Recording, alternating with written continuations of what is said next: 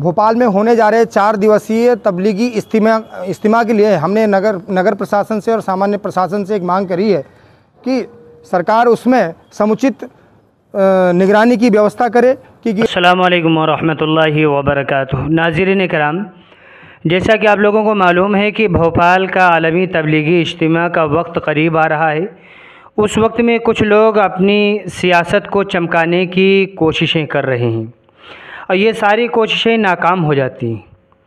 आज नहीं बल्कि आज से पहले से भी काफ़ी दिनों से लोग सियासत को चमकाने की फ़िक्रें कर रहे हैं कि हम कैसे बुलंद हो जाएं और जो है मुसलमानों को किस तरीके से बदनाम किया जाए।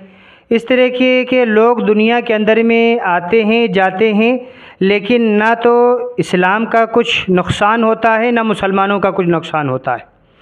हम आपको बता दें, ये साधु संत हैं, ये जो है भरे मजमे में अपील कर रहे हैं, कह रहे हैं कि बाहर देशों से लोग आते हैं तो वहाँ पर उनके ऊपर सख्त नज़र रखना चाहिए कि ये क्या कर रहे हैं, कहाँ से आ रहे हैं, कब आ रहे हैं और कब जा रहे हैं। इसी तरीके से इन्होंने एक बात और कहा कि सीसी कैमरे भी लगना चाहिए, जिससे ये मालूम हो कि वहाँ इज्तिमा गाह में क्या क्या बातें होती हैं वो भी हमको मालूम हो।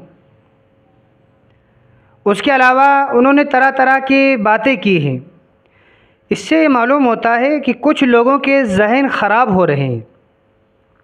हम सारे हिंदुओं को नहीं कह रहे, बल्कि बहुत से हिंदू ऐसे हैं कि जो मुसलमान दूसरे इलाकों से आ रहे हैं उनका वो वेलकम कर रहे हैं, इस्तकबाल कर रहे हैं। जैसा कि अभी मेवात में एक 3 रोज़ा तबलीगी इज्तिमा हुआ, उस इज्तिमा में खाने के लिए इंतज़ामात जो है किए गए भाई हमारे हिंदू भाइयों की तरफ से। अल्हम्दुलिल्लाह वो बढ़ चढ़ कर के हिस्सा लिए। और वही नहीं, जहाँ पर ये इज्तिमात होते हैं वहाँ के जो हमारे हिंदू भाई हैं बढ़ चढ़कर हिस्सा लेते हैं और आए हुए मुसलमानों को पानी पिलाते हैं, खाना खिलाते हैं। उनको भी खुशी होती है। क्यों? इसलिए कि उनको मालूम है कि ये जो आ रहे हैं एक अच्छे काम के लिए आ रहे हैं। यहाँ से जो ये सबक सीख करके जा रहे हैं, इससे मुल्क में और दुनिया के अंदर में अमन और सलामती होगी। लेकिन कुछ जिनके दिल और दिमाग के अंदर में जहर भरा हुआ है वो लोग उल्टी फुल्टी बातें करते हैं। नाज़रीन कराम, हम आपको बताएं कि महाराष्ट्र में कई जगहों पर, ख़ास तौर से औरंगाबाद में पिछले साल एक तबलीगी इज्तिमा हुआ। उस तबलीगी इज्तिमा जहाँ पर ये कायम हुआ वो अक्सर ज़मीन हमारे गैर मुस्लिम भाइयों की थी। उन्होंने बखुशी ज़मीन दिया और ना तो उसका कोई चार्ज लिया ना तो उसका कोई मुआवजा लिया, बल्कि कहा कि भाई ये तो खिदमत का मौका है, कभी कभी मौका मिलता है और जब मौका मिले उस वक्त खूब खिदमत कर लेना। इसी तरीके से बहुत सारी जगहों पर हमारे हिंदू भाई बढ़ चढ़कर हिस्सा ले रहे हैं और मुसलमानों के साथ में अपनी खुशी मना रहे हैं। लेकिन कुछ लोग ऐसे हैं जो जहरीले बयान दे रहे हैं, कह रहे हैं कि ये क्यों आ रहे हैं, इनके आने की वजह क्या है। ऐसे लोग हैं जो मुल्क को बदनाम करना चाहते, अपनी इलाके को बदनाम करना चाहते।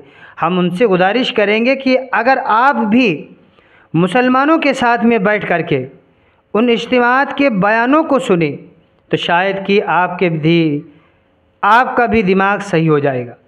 आपको भी मालूम पड़ेगा कि इन इज्तिमात के अंदर में क्या होता है।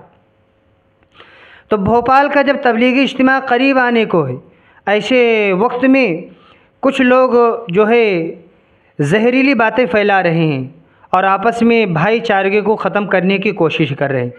उसके मुकाबले में एक कांग्रेस लीडर हैं, वो जो है बहुत अच्छी बात उन्होंने